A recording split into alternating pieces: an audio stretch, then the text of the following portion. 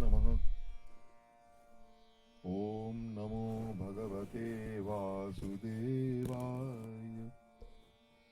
आज रविवार को कुंभ संक्रांति है, पवित्र दिन है। साथ में आज विशेष दिन है, हमारे भीष्म पितामह की भीष्म द्वादशी है। आज के दिन ही पांडवों ने और भगवान कृष्ण ने सबने मिलकर उनका पिंडदान किया था, तर्पण किया था। उनकी पुण्यतिथि तो 3-4 दिन पहले आ गई थी, भीष्माष्टमी के दिन। तो आज द्वादशी के दिन उनका तर्पण और ये पिंडदान हुआ था, जो क्रिया हुई थी। आज गोविंद द्वादशी भी है, आज तिल द्वादशी भी है। आज के दिन ही तिल का उद्भव हुआ था, प्रकट हुए थे। और आज के दिन तिल का दान जो आप करें तो ऐसा शास्त्र में लिखा है कि अश्वमेध का आपको फल प्राप्त होगा और स्वर्ण दान का भी फल आपको प्राप्त होगा। ऐसा ये विशेष दिन है आज का। तो आज के दिन में तिल का बहुत महत्व है। और ये जो संक्रांति है ये आज पूरा दिन रहेगी और रात को ये शाम को 6:08 तक रहेगी। 10 बजे ये शुरू हो चुकी है। इसमें त्रिपुष्कर योग है, जैसे मैंने अभी आपको निवेदन किया। गोविंद द्वादशी, तिल द्वादशी, भीष्म द्वादशी है। ये तिल तिथि जो है, इसका भगवान विष्णु की पूजा से संबंध है। सुबह उठकर आप पहले तिल डालकर स्नान कीजिए और उसके बाद तिल का दान करें तो बहुत उसका महत्व है। पुराणों में ऐसे कहा गया है। और जिस पानी में तिल हो, ऐसा पुराणों में कहा गया है, वो माघ महीने में अमृत के समान हो जाता है। इस दिन ब्राह्मणों और जरूरतमंदों को दान भी किया जाता है। और ये जितना आज कर्मकांड किया जाता है वो हमारे जो महान पूर्वज हैं भीष्म पितामह के निमित्त किया जाता है। इस दिन सूर्य का दिन है। सूर्य की उपासना संक्रांति माघ मास में आती है, इनको समर्पित है। इसलिए सूर्य को अर्घ दीजिए। अपने पितरों की शांति भीष्म द्वादशी के साथ जुड़ी हुई है। उनको आप अपने पितरों का स्मरण करके, पवित्र स्मरण करके, आपके सारे जीवन के कष्ट इससे हट जाएंगे। आज तिल का हवन भी किया जाता है और तिल का आप दान भी कर सकते हैं। ऐसा ये आज का विशेष दिन। और इस दिन विशेष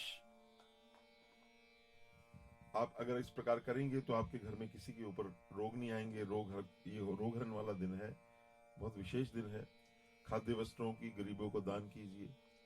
और गंगा नदी में स्नान न कर सकें तो गंगा जल डालकर आप स्नान कीजिए और इससे आपको तीर्थ स्थान का ही पुण्य का फल मिलता है। तो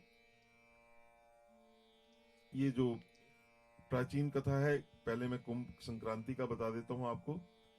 जो समुद्र से जब मंथन हुआ, 14 उपरत्न निकले तो कुंभ निकला। तो उससे संघर्ष होने पर चार जगह जो अमृत की बूंदें गिरी थी, प्रयाग, हरिद्वार, उज्जैन और नासिक में। तो जब सूर्य कुंभ राशि पे आते हैं तब हरिद्वार में कुंभ मेले का भी इतना इसका महत्व है। कुंभ मेले का आयोजन होता है 12 साल के बाद में। तो इस दिन आप विशेष भगवान का ध्यान करें, पूजन करें। तांबे, पीतल या इनका कलश आदि का मंदिर में दान, बर्तन का दान किया जाता है, वस्त्र का दान किया जाता है। और पूजा की जो पूजा करें, भगवान का ध्यान करें। इस प्रकार से ये आज के दिन का महत्व है। लेकिन इस दिन का जो सबसे बड़ा महत्व है वो भीष्म पितामह जी से जुड़ा हुआ है। भीष्म पितामह जी का, जैसे मैंने अभी आपको बताया कि भीष्म द्वादशी क्यों मनाई जाती है, क्योंकि इस दिन भगवान, जब अर्जुन ने उनको भीष्म पितामह को बाणों की शैया पर लटा दिया तो सूर्य दक्षायन में थे। तो सूर्य के उत्तरायण होने की 58th डे को, माघ मास के शुक्ल पक्ष को, भीष्म पितामह जी ने इस देह को त्याग किया था। और द्वादशी के दिन 3 दिन के बाद ही उनके प्रति जितने पांडव थे उन सब लोगों ने इनका तर्पण पूजन किया था। इसलिए इसको भीष्म द्वादशी का ये महत्व है, क्योंकि ये भगवान के अत्यंत प्रिय जो उनके पार्षदी हैं भीष्म जी से जुड़ा हुआ जो दिव्य पुरुष है, इसलिए भगवान बहुत प्रसन्न होते हैं। इस दिन भीष्म द्वादशी की कथा भी सुनी जाती है, पढ़ी जाती है।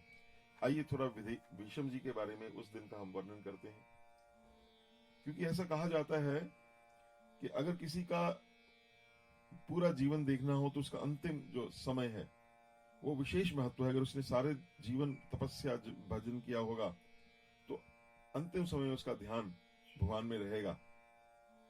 ऐसा भगवान ने गीता में भी कहा है, सदा तद भावितः। भगवान कृष्ण ने विचार की पुष्टि की है। तो भगवान की प्रसन्नता के लिए सारा जीवन, भीष्म का सारा जीवन आप देखते हैं, सारा भगवान कृष्ण को समर्पित रहा। और उनके लिए भगवान ने अंतिम में समय में ऐसा युद्ध किया कि भगवान को अपनी प्रतिज्ञा तोड़ने लगी। सूर्य उत्तरायण हुए, भीष्म पितामह के शरीर का त्याग का दिन आया। उस समय धृतराष्ट्र, पांडव, भगवान श्री कृष्ण सब उपस्थित हुए। वेद व्यास, देवर्षि नारद इसे पहले ही बैठे हुए थे। तो उन्होंने कहा, पितामह ने कहा, युधिष्ठिर देखो सूर्य उत्तरायण हो गए हैं, ये तीखे बानों पर पड़े आज 58 दिन हो गए हैं, माघ महीने का शुक्ल पक्ष है। ये मैं जो ये भीम अष्टमी की थोड़ी आपको लेकर कथा में लेकर चल रहा हूं। और कहा कि देखो, उस समय उन्होंने युधिष्ठिर को और धृतराष्ट्र को उन्होंने उपदेश किया है। और भगवान कृष्ण के की उन्होंने बड़ी सुंदर उस समय स्तुति की है। और उन्होंने कहा, मुझे भगवान कृष्ण को बोला मुझे आज्ञा दो ताकि मैं अब जा सकूं, क्योंकि उनकी इच्छा मृत्यु थी उनको। तो उस समय कहते हैं जैसे जैसे वो कथा करते रहे उनके शरीर के बाहर निकल, उनका शरीर पूर्ववत हो गया। तो अब उन्होंने जो भगवान कृष्ण की जो स्तुति की है वो विशेष मैं भीष्म पितामह की के बारे में ही विस्तृत बोलूंगा। उसमें सारी उनकी स्तुति के बारे में बात होगी। इस प्रकार उन्होंने कहा कि मैं आपसे मिल गया, मैं आपसे एक हो गया, उनके अंतिम शब्द थे। ये कहकर भीष्म चुप हुए। और उस समय देखा लोगों ने बड़े आश्चर्य से कि जैसे जैसे भीष्म के शरीर के प्राण चढ़ते हैं, शरीर से बाण निकलते रहते हैं, घाव भरता रहता है। भगवान श्री कृष्ण, व्यास और युधिष्ठिर आश्चर्यचकित हो गए। औरों की तो बात ही क्या, भगवान में मिल गए। पांडवों ने चिता तैयार की है, भीष्म का शरीर जला दिया गया है। गंगा जल से भीष्म को जलांजलि दी गई है। गंगा माँ जो उनकी मैया है, उसने बाहर आके रो रो कर अपने पुत्र का गुणगान किया और कहा, मेरे पुत्र भीष्म सारी पृथ्वी में एक ही महापुरुष थे। ये गंगा मैया उनको प्रमाण दे रही, उनका वो आदर्श थे वृद्धों और गुरुजनों के लिए। पिता माता के भक्त थे, बुद्धि विलक्षण थी, उनके जैसा कोई पराक्रमी नहीं है। और मेरा हृदय फट नहीं जाता, मेरा हृदय पत्थर का बना है। तो समय भगवान श्री कृष्ण और वेद व्यास उनके पास चले गए और कहा कि तुम्हारे भीष्म जो है ने उत्तम गति प्राप्त की है। वो 8 वसुओं में से एक वसु है और वशिष्ठ के शाप से ही उनका जन्म हुआ था। ये सब भगवान की लीला के विलास है। इस प्रकार भागीरथी का शोक दूर हुआ है और वह अपने लोक चली गई हैं। और फिर आज के दिन, 3 दिन के बाद आज के दिन उनका जो पिंड और तर्पण है वो किया गया है। ऐसे महा पितामह भीष्म पितामह को हम प्रणाम करते हैं। आज के दिन विष्णु सहस्त्र नाम भी आज के दिन ही शुरू हुआ था। तो भीष्म, आप विष्णु सहस्त्र नाम का आज पाठ करें, वो भी बड़ा शुद्ध, बहुत आज बहुत फल देने वाला है। और जैसे मैंने निवेदन किया, छोटा सा काम कर लें, तिलों का दान कर दें, तिल का स्नान करें, तो इससे आपको हमारे शास्त्रों में लिखा है, पद्म पुराण में, आपको अश्वमेध का फल मिलेगा और स्वर्ण दान का फल मिलेगा। ये कहते हुए मैं अपनी वाणी को विराम देता हूं और मैं अगले एपिसोड में आपको भीष्म पितामह की विशेष कथा जो है वो आपको मैं सुनाने की चेष्टा करूंगा। बोल सियावर रामचंद्र महाराज की जय।